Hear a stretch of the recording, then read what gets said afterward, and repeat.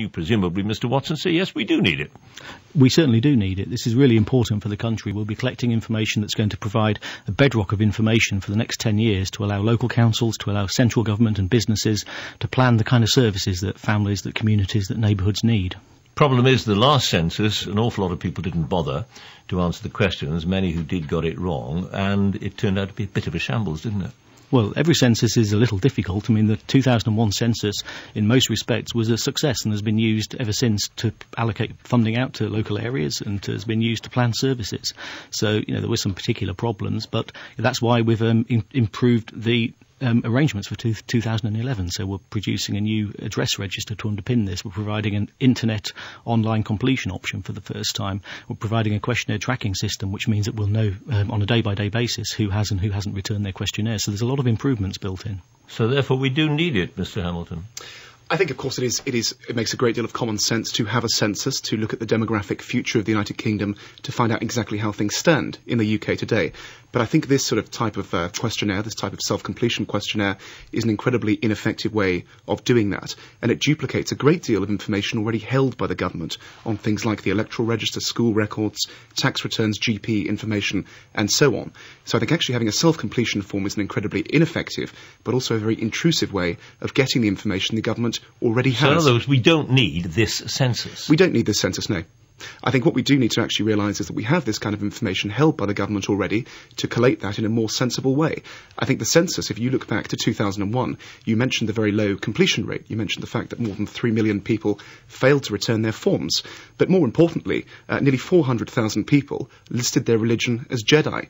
More than 7,000 people described themselves as witches. There's no reason to think that the British public will take this census any more seriously than they took the last one. Well, perhaps to the contrary, Mr. Watson, the fact is that we all know that they, out there, hold a huge amount of information about it. It's not just government, but private companies and all the rest of it, the corporations and all the rest of it. So we come back to this question of why we have to have this form being sent out to us all, providing information that everybody already knows. Well, every time we conduct a census, the first thing we do is we look at the requirements. We look at what kind of information people are going to need us to be providing. People meaning whom, precisely? The customers, the users of the census results, central government, local government, businesses, academics, and we consider the best way of collecting and providing that information. And for this current time, there is no better alternative. But why should we, the taxpayer, be paying an army of people to do a job that will benefit businesses when they do it for themselves perfectly well? If you run a supermarket, you have loyalty cards, you know who all your customers are, you know where they live, you know what cornflakes they eat for breakfast, you know everything about them. The census results are used by central government and local government to allocate out over £100 billion of public funding to local areas, to neighbourhoods every year. It's £1 trillion over the course of 10 years. This is very important. Businesses use the results as well, but then so do plenty of other people in the voluntary sector, in charities, private individuals, academics. But the point Mr. Hamilton's making is that information is already out there. It's just a matter of collating it.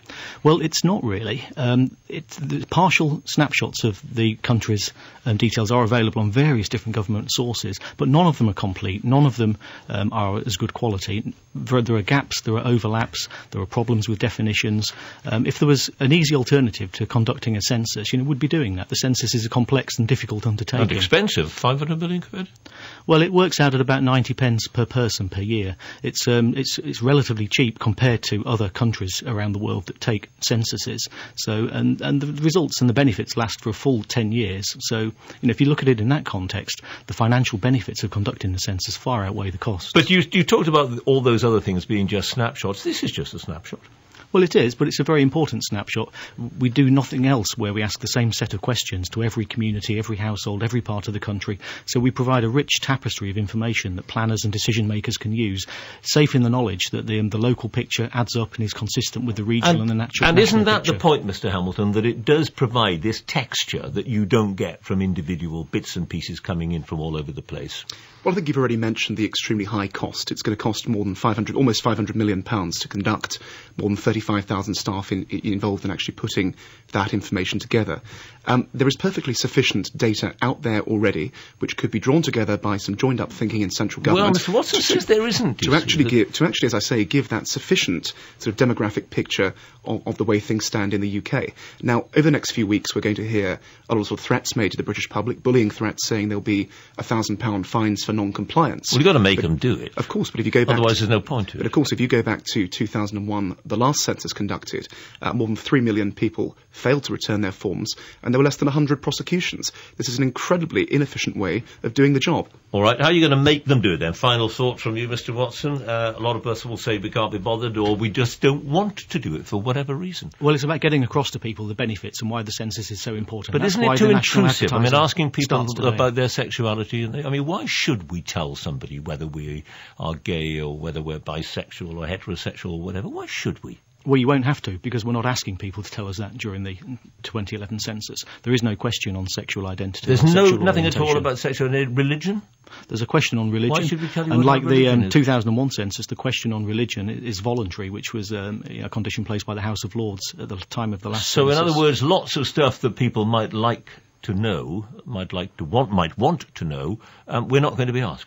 Well, we've tested and developed these questions over a period of years. All the questions that we're including have been tested on tens, hundreds of thousands of members of the public. I mean, people generally find these questions perfectly acceptable, easy to fill in. So why do so many not bother?